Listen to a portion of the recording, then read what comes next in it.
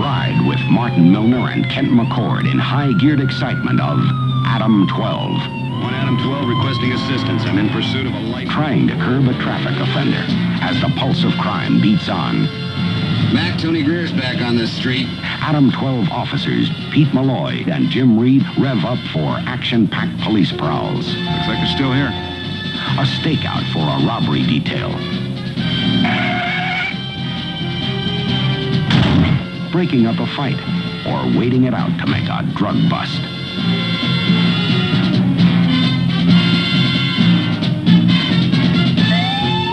We have a probable address at 5013 Garber. You want to tell Strickland? Now in its 7th year, cruising a heavy Los Angeles beat, ADAM-12.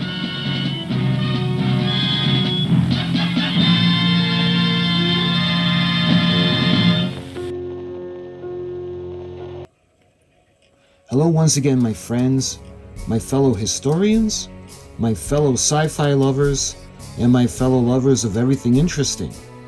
I got another video for you guys today, and today's subject is going to be coming from the 1960s, but no, it's not going to be Star Trek. It's going to be another show that I liked to watch when I was a kid, and no, just for the record, this was in reruns even when I was young. I'm talking about ADAM-12, the Los Angeles Police Department. We have Kent McCord and Martin Milner. And I recently showed you the Star Trek Talking Viewmaster. When I seen this, I thought this was pretty cool because I didn't have this as a kid, but I want to show you today is a Talking Viewmaster ADAM-12. And we're going to go back, I believe it's 1973. So sit back and relax, and we're going to check out the Talking Viewmaster from ADAM-12.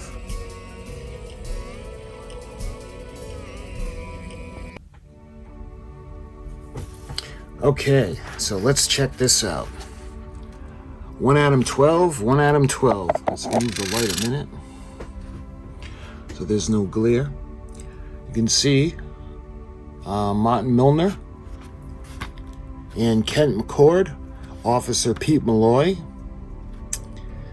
and Officer Jim Reed. And they're sitting in their police car. This is the ADAM-12, an NBC television program, and incidentally, NBC was the channel that featured Star Trek back around the same time. This is the GAF Talking Viewmaster Reels. 3 Viewmaster Reels with sound to use with the GAF Talking Viewmaster, which, incidentally, is that right there. And I have done a video on that if you want to check that out. You can see we have the symbol of the reel. And this features 21 Talking Viewmaster pictures. Look, full color 3D realism. Listen, hear what each scene is all about. Laugh and learn, an exciting new combination of 3D sight and sound.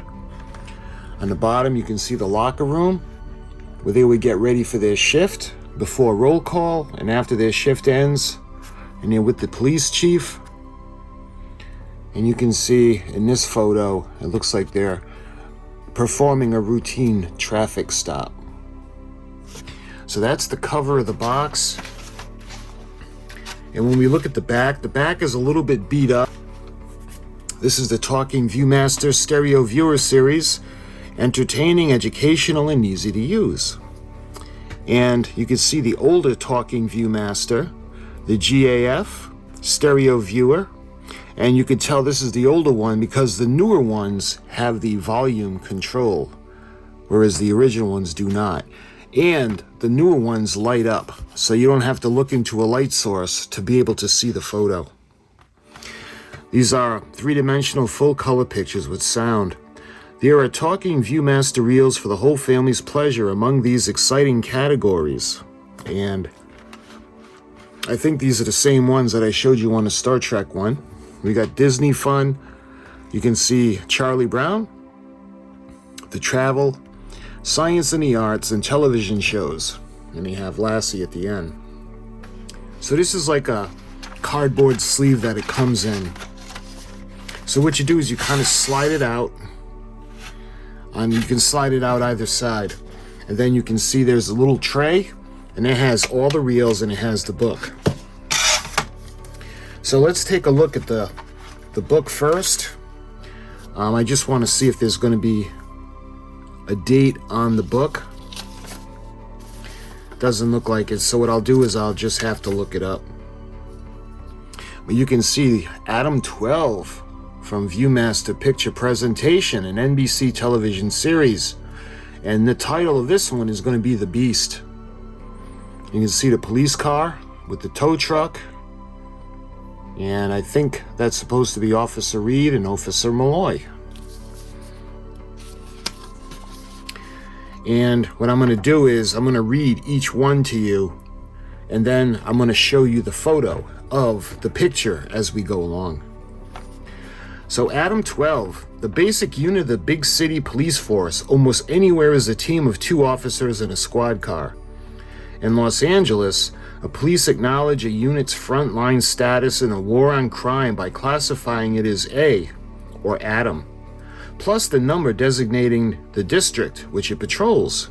Such as a unit was ADAM-12, whose human members were veteran Pete Malloy and younger partner Jim Reed. Each night their trusty patrol car took them out on the streets and back, around the alleys and the teeming city, on a mission ablaze with its door panels to protect and serve. So we're going to go into picture 1 now. Let me show you the disc.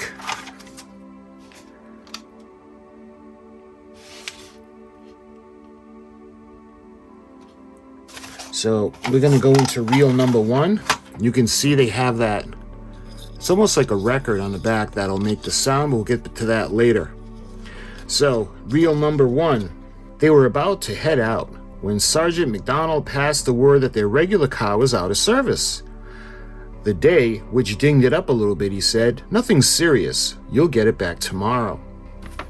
You can see the illustration of them looking at what I perceive as their new car. So we move on to picture 2. Reed sniffed as he took his place beside Malloy in a substitute car. "Smells like an old taxi," he said. Checking the odometer, Malloy whistled. 69,700, he said. "Another 300 miles and this baby puts us out in the pasture." Reed, cranking at the window, found it would go down an inch or 2, no more. "Oh well, who needs air?" he said, grinning. On a third attempt with the starter, the aging motor racketed to life, and Malloy gunned it into the turn. "Looks like it's an interesting night," he observed. Moving on to picture 3. If interesting was the word, Malloy was right. The rearview mirror kept flopping down. The glove compartment door popped open now and then, cracking Reed on the knees as it fell.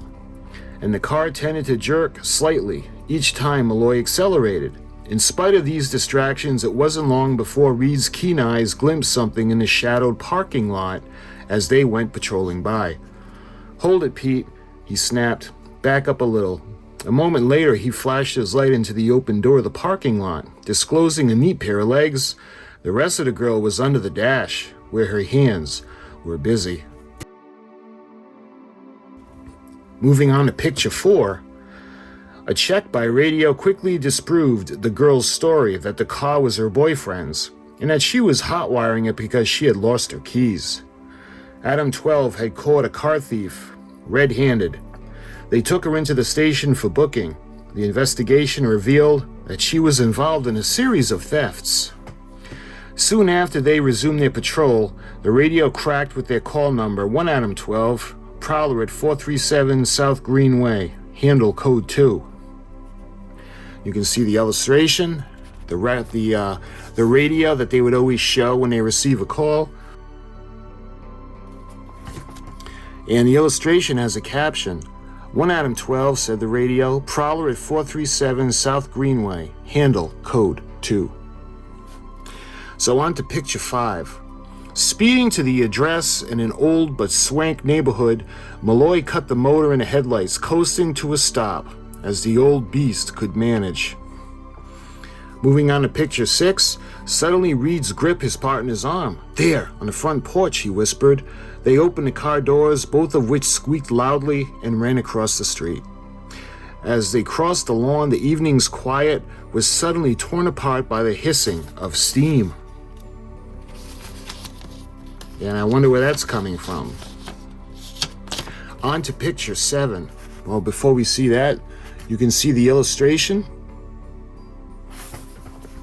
So on to picture 7. After a moment's confusion, Malloy and Reed realized that the sound was coming from their car across the street. They glanced back to see a cloud of steam billowing from underneath the hood. The four-wheel veteran seemed to have it in for them. But if they were startled by the unexpected noise, the prowler was even more so. An indistinct figure came bursting from the front porch. Malloy and Reed had no time to think about their unpredictable vehicle. By common consent, both chased after the figure of the prowler. He seemed unable to run very fast, and they could hear his heavy panting as they gained on him. So now we move in to reel number 2. So picture 1.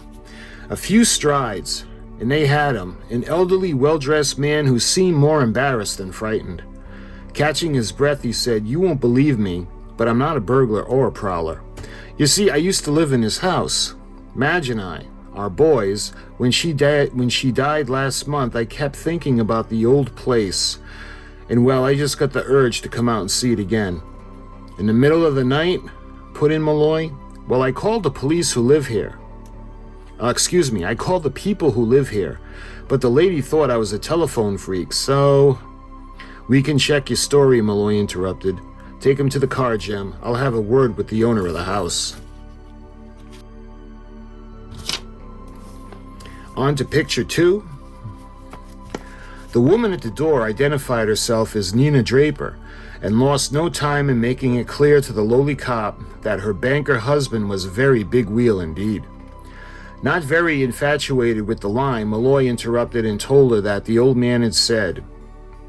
She was impressed and insisted on signing a complaint because it's a fine thing when a really big taxpayers can't consider their property safe. Malloy rejoined his partner in the subject. "I've calmed the old beast down," Reed said. "Now the problem is to nurse her back to the shop."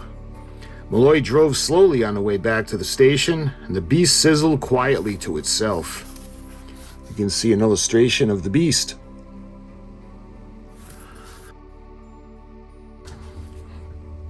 Picture number 3. Making it back with fingers crossed, they booked their suspect, and Sergeant McDonald promised a quick check on his story. Then they put the beast into the hands of Tony, their favorite mechanic, who quickly located the trouble. "Busted hose," he said. "Sprayed water all over the engine. I'm surprised you even made it back here. If you gotta tell, I'll replace all the hoses, and the carburetor could stand a little attention." "No way," put in Malloy. "Just replace the hose and get us back on patrol."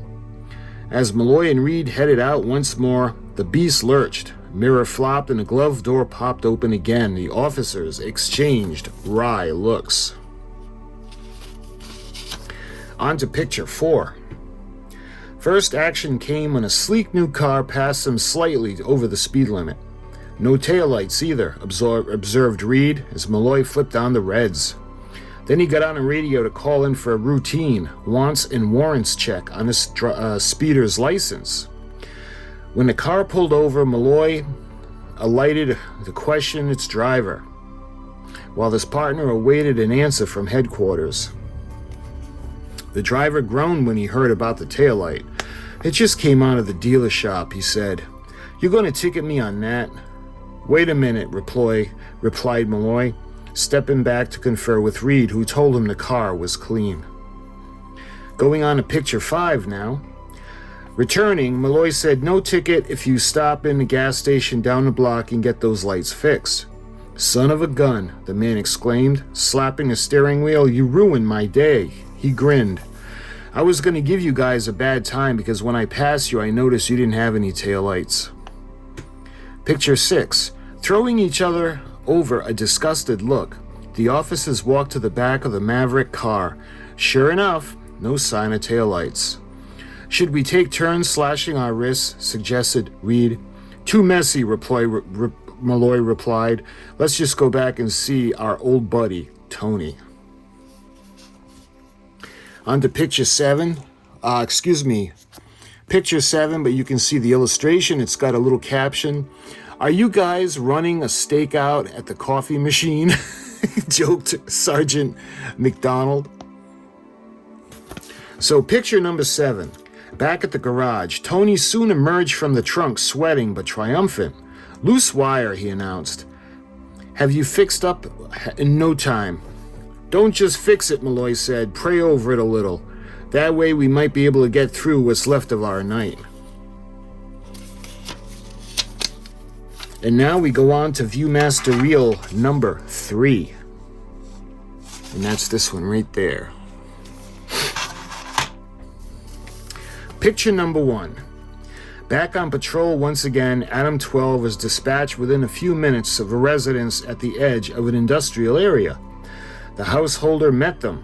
I may have brought you on a wild goose chase, he apologized, but I can't help being suspicious. Wild goose or not, you did the right thing to phone it in, said Malloy. A man pointed across the broad avenue to where a crew of men working under bright lights was loading 2 big trucks through a warehouse door. I've been coming home from work at this time for years, and this is the first time I've ever seen them loading stuff like that. It just doesn't look right. On to picture number 2. Peering across, the officer saw a scene that looked normal enough. 4 uniformed men were loading crated television sets while a foreman, also neatly uniformed, shouted orders and checked each of them on a clipboard. Moving on to picture number 3, and you can see another illustration. Picture 3. Crossing over to the scene, they questioned the foreman of the crew, who gave them straightforward answers. They had come from Bakersfield for a shipment that would go on sale first thing in the morning. The invoices appeared to be in order. Malloy nodded at last, seemingly satisfied, but Reed knew he wasn't. Something didn't add up. The moment they got in the car, Malloy nodded towards the radio. Get us some backup. It's a heist. They circled the block and returned, joined now by 2 other police cars. The 3 cars converged on the warehouse, their headlights turned off. Malloy and Reed alighted at a dead run in time to see the foreman duck out of sight. On to picture number 4. Incidentally, we have another illustration. Picture 4. While the other teams rounded up a crew, ADAM-12 stalked the foreman through the maze of stacked crates, guns ready. In the end, it was Reed who got the drop on a fleeing man. Then Malloy took over while Reed disarmed him and slipped the cuffs on. Defiant at first, the prisoner finally swore with disgust. Okay, he said, tell me how I goofed. Reed had to grin. Simple. Nobody ever tooled one of those big rigs down from Bakersfield and got here with a deep press in the pants like you guys. Picture number 5. Back on patrol yet again, ADAM-12 had just taken down where it left off in the Battle of the Drooping Mirror when another emergency call came in. ADAM-12 was chasing an armed felony suspect. ADAM-12 was to close in and assist. The old car responded like a traditional warhorse. It gave a lurch, the glove compartment popped open. In short order, they made contact, gave chase, and ran to the fugitive to ground in a remote residential area. After a wild chase on foot, through the trees and the brush, he broke into the open, where he chose to drop to his knees and drop his guns rather than to shoot it out with the 2 policemen. It was indeed turning out to be quite an evening.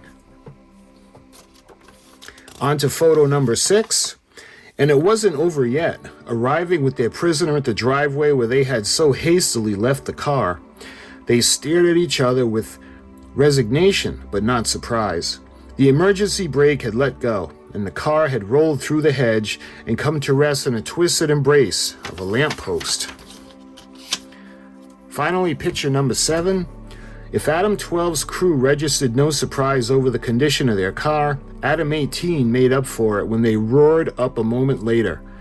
They glanced up at the suspect. "What did you do, Malloy?" "One chase." "Chase him up to the lamppost?" "Why not? Doesn't everybody?" asked Reed with a smile. Turning the prisoner over to their colleagues, Reed and Malloy waited for the tow truck to haul them to the garage for the last time. After all, as Reed put it, the old girl got the job done. Least we can do is go back the last mile with her. And that was picture 7, and that was reel number 3. And on the bottom you can see Gaff Corporation. See and enjoy other stereo pictures. There's Hawaii 5-0, the Smith Family, the Mod Squad, Search, Gunsmoke, Bonanza, Mission Impossible, City Beneath the Sea, and the Partridge Family. As for the complete list of over 500 picture subjects. So I didn't realize that they had made that many of these. So these are, let me show you the reels. So number 1, I showed you that they had this back. And just to give you a quick rundown on how they work, these are almost like a record. They have little grooves, and the needle in the Viewmaster runs along it, and a little wheel spins this around. So while this stays stationary in the viewer, the little wheel rotates this, and that's how the record plays. I don't know if you'll be able to see some of the pictures, but what we're going to do now is we're actually going to test it out.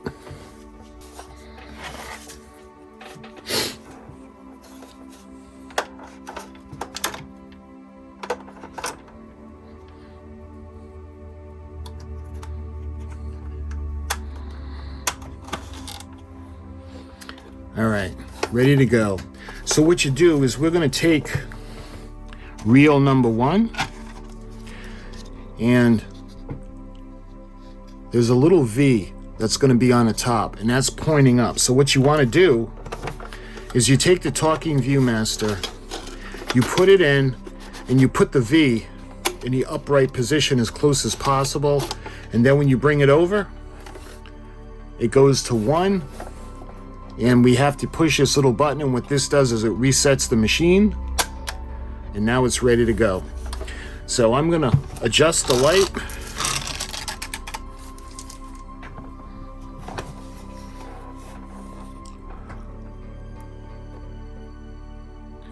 You can see the first picture. Police officer Pete Malloy is told he must use a substitute squad car for evening patrol, while ADAM-12's breaker vehicle undergoes some minor repairs.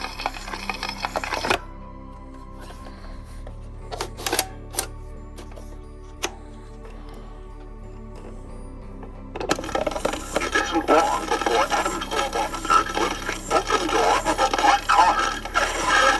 The girl is working deadly beneath the dash.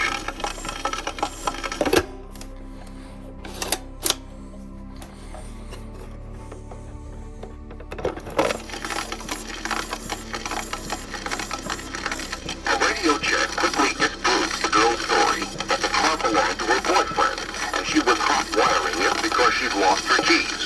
She was taken in for booking.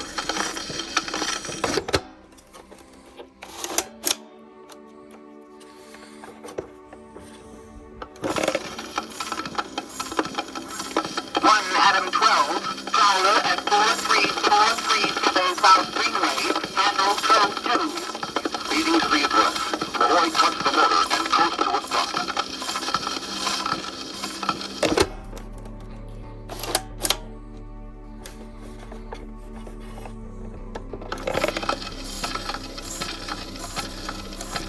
Reed and Malloy see a figure on the front porch of the house. Carefully they open the car's noisy doors and run across the street. Suddenly,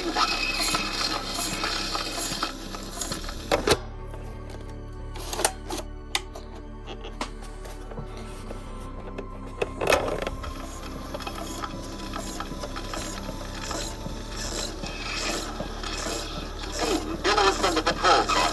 A indistinct figure bursts from the porch. Quickly, Reed and Malloy chase after the truck.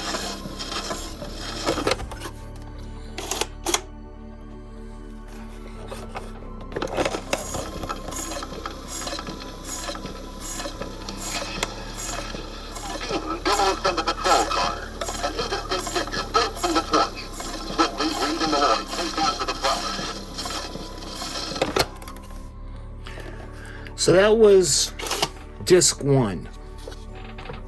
So now we're going to take disc 2, and this one's not as warped, so this one might play a little bit better. So same thing, we put it in. We need to have the V in the 12 o'clock position. We push that into place.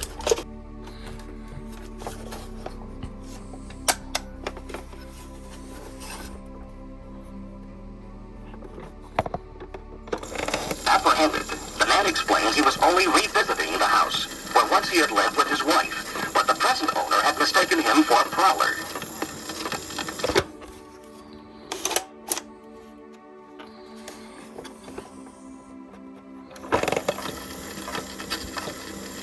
Malloy speaks to the current owner. She is irate and unimpressed with the man's story. She insists on signing a complaint.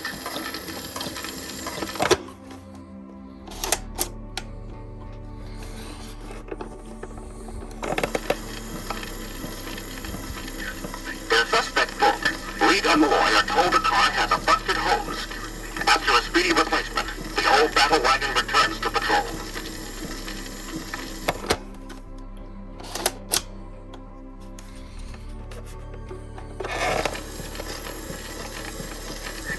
Action resumes as Reed and Malloy stop a car traveling without taillights.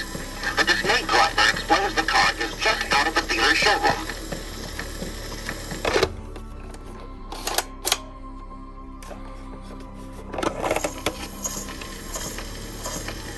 Malloy offers not to ticket the man if he seeks immediate repair. Grateful but amused, the driver points out that the patrol car also lacks taillights.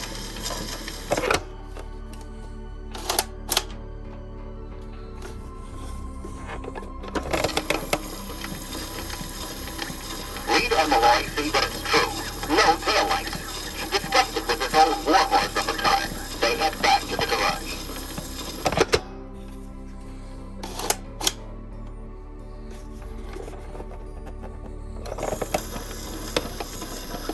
The trouble is quickly located, a loose wire. The mechanic assures them that it can easily be fixed.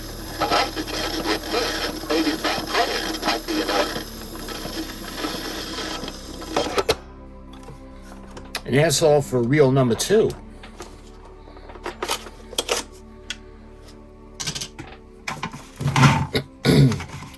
So moving on to reel number 3.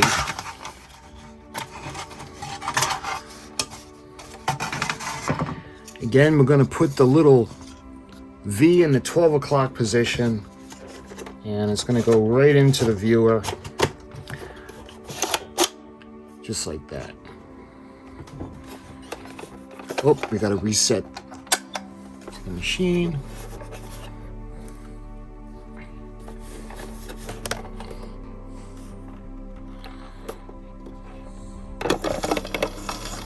That same evening, an observant householder reports seeing suspicious activity at a nearby warehouse. Reed and Malloy are dispatched to investigate.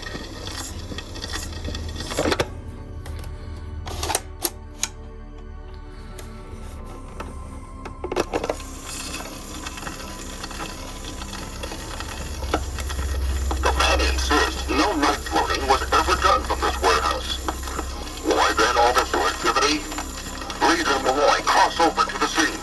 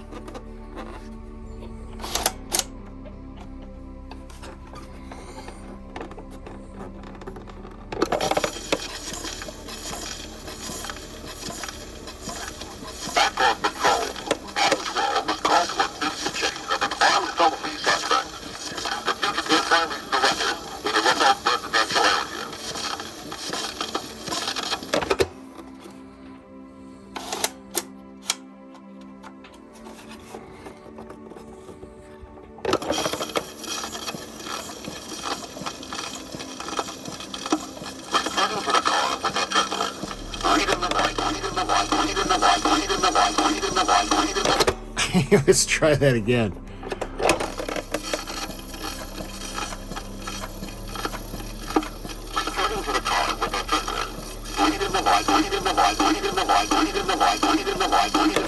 Well, I think that one has a scratch. Let me try to go to the next one.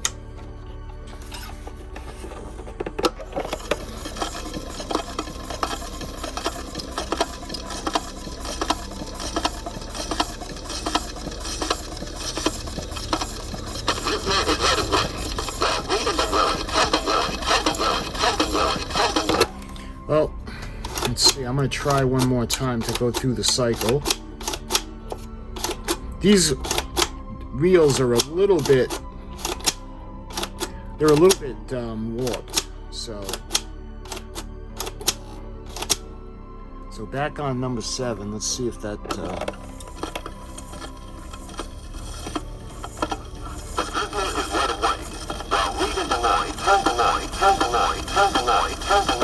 Yeah.